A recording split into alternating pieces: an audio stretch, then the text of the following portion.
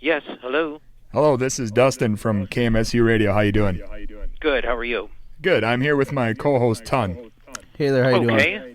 Hey, how are you? I'm good. So, what's going on?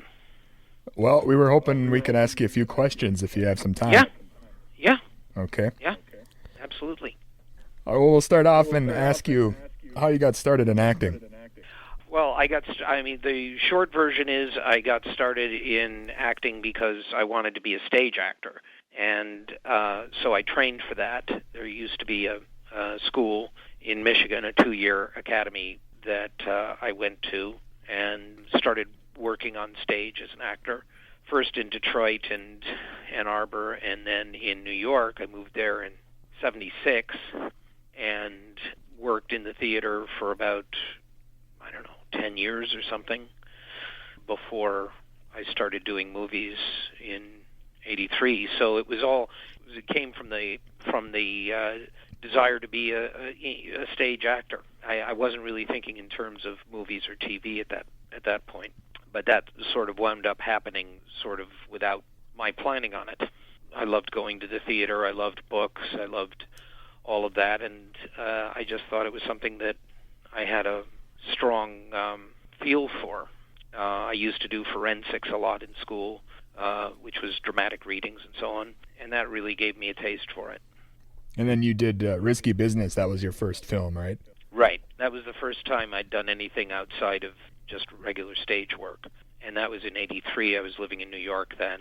And there'd been a couple of close calls before then where what had happened was I'd done a couple of plays that were in New York which got good reviews, and that meant that I started getting movie auditions, no television, but movie auditions. And one of them happened to be Risky Business, which was actually shooting in Chicago. And I went to it thinking that it was an odd sort of bump in the road, that it was going to be a one-time thing, that I would do a movie and then I'd go back to doing stage work. I genuinely did not think that it was going to go beyond there. I remember I kept a journal every day because I had a feeling that this was a one-time thing and I wanted to remember the experience. And I was not expecting it to continue, but then when Risky Business came out, it was sort of a hit. It got a lot of good critical notices and things. And so I started getting auditions for other movies and fewer for plays. And that's how it wound up being, is that you start going in one way, and then, before you know it, circumstances take you in another way entirely. I never thought I would leave New York, and, then I wind up moving to Los Angeles, and I'm still here, still wishing I were back in New York. But that's the way it goes. Now, after Risky Business came out, and you said it was a pretty big hit at the time, did that make you available for a lot of other films? People were kind of seeking you out, or? Not really seeking me out, but I was getting auditions. I mean, at that point, people weren't saying, "Oh, give him a job," based on what I was doing in Risky Business. It was just because I had been in Risky Business, I was able to get into other auditions for different movies. That's just the way that system works, And so once you start into that routine, you start doing enough auditions, then eventually something happens and you get a job, and then people see that, and so it continues. And the second movie was Revenge of the Nerds, and that wasn't really a big hit at the time, but it was another movie. And over time, it gained a following because of the advent of cable and video and that stuff, which hadn't existed before. So, a lot of movies like that in the 70s and 80s got life, an extension by the virtue of the technology changing. Normally, those would be movies that would be seen by very few people and then would disappear, and you never hear from them again. But the popularity of being able to see it on cable TV all the time, that's how those things got successful. How did you end up getting that role as Booger in Revenge of the Nerds? It was just an audition. It was like any other audition. I went down to this little dumpy building in New York, right across from Union Square, and read for. I didn't read for Booger. I read for I don't know, because the other nerds, all they had was Lewis and Gilbert, really. I mean, the other nerds were so underwritten, there weren't really any scenes for them. You couldn't really give a person an audition scene because they were pretty underwritten. So everybody was reading for Lewis or Gilbert at that stage, even though I think probably Bobby Carradine and Anthony had already been cast. But that was the way it worked. And then I got a call back from that audition, and they were saying, well, there are several roles here which you could possibly play, which is actually not true. I mean, I wasn't really the Japanese nerd. I wasn't the gay black nerd. I wasn't the 12-year-old nerd. There weren't a lot of options, actually. But they said, what would you think about playing Booger? Who was sort of a biker in the script. He was not. He really wasn't. He had long, greasy hair and bad skin and dressed. He was sort of the ogre of the nerds, the way Ogre was for the jocks. And I hated the idea of playing this part because it was so far from me, and I just really didn't like the idea. But then they wound up offering it to me, and at that point, Risky Business had not been released yet. It was like a year before they released Risky Business because they had to do reshoots and stuff, and I was pretty much out of money. So it came down to me having to make a decision to take Booger, which I wasn't really crazy about, and I did, just for the money. But then it turned out to be, once we got there, we did a lot of improv work and a lot of work with the writers and the director to get the characters a little more fleshed out, and Booger turned into what he turned into in that process. So you did a lot of improving of that character? Well, sort of, yeah. I mean, we did, we started out, they brought us to Tucson a week ahead of time because they wanted to do work on the script with the director, Jeff Canoe, and the writers, Buhai and Zacharias, and the producer, Peter McGregor Scott. They got us in a hotel, and basically we would, go in and have meetings about our characters and talk about our characters and who we thought they were. And then, Buhai and Zacharias would go away and they would rewrite.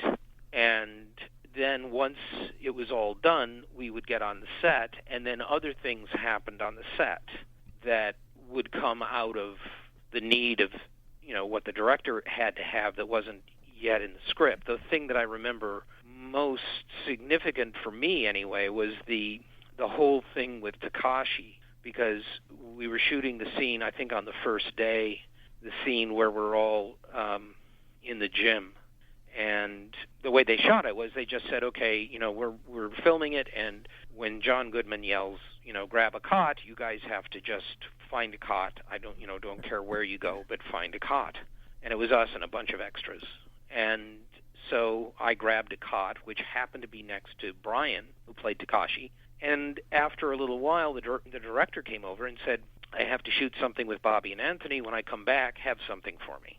So Brian and I came up with this thing where we're playing poker, and that Booger is just completely, he's this Takashi's this innocent, and Booger is just ripping him off. And he really liked it, and subsequently there are 2 or 3 other times in the movie where these little things with Booger and Takashi, with that whole, worldly Booger screwing this innocent Takashi with, cards or drugs or whatever it was.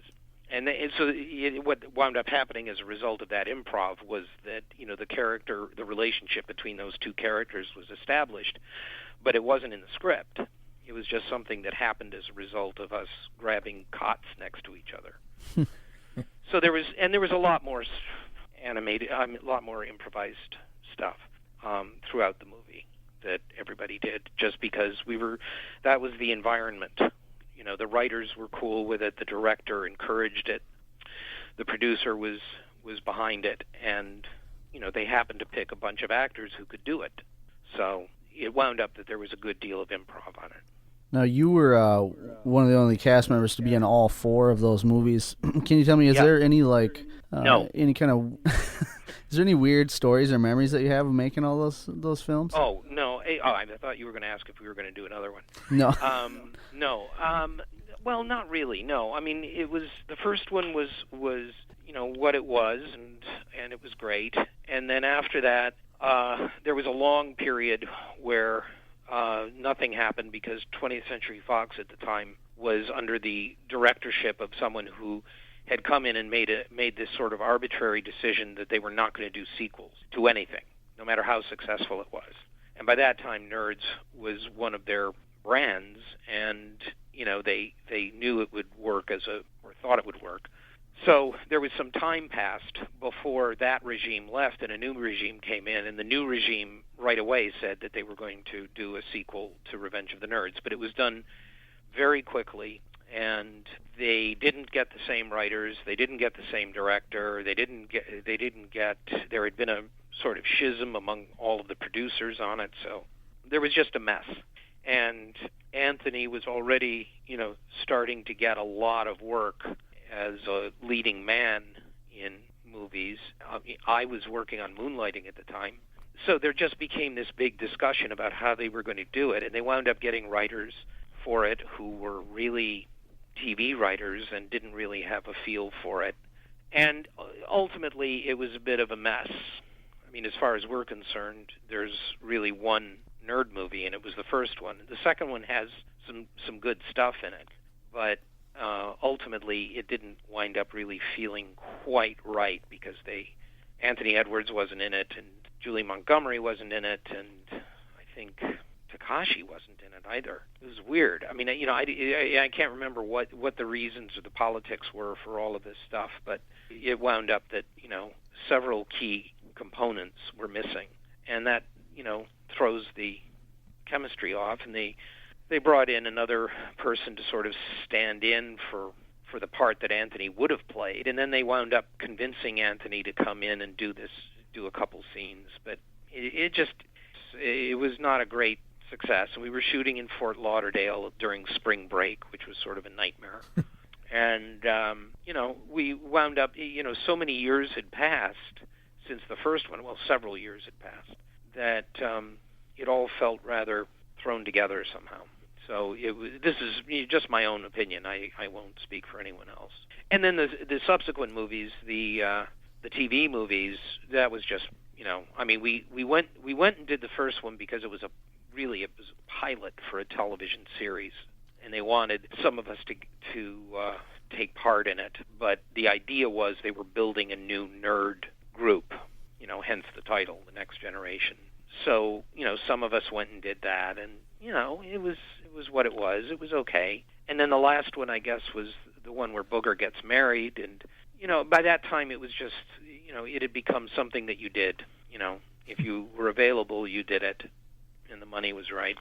But it had ceased to be what it had as far as we were concerned. We were just doing it. It was always nice getting together with them. I mean, that was always the fun part, was getting together with the other nerds.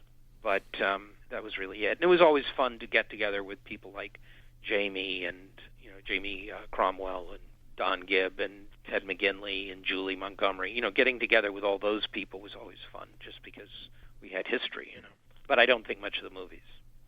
So then Part 5 is not in the works officially? No, that would not be possible. Okay.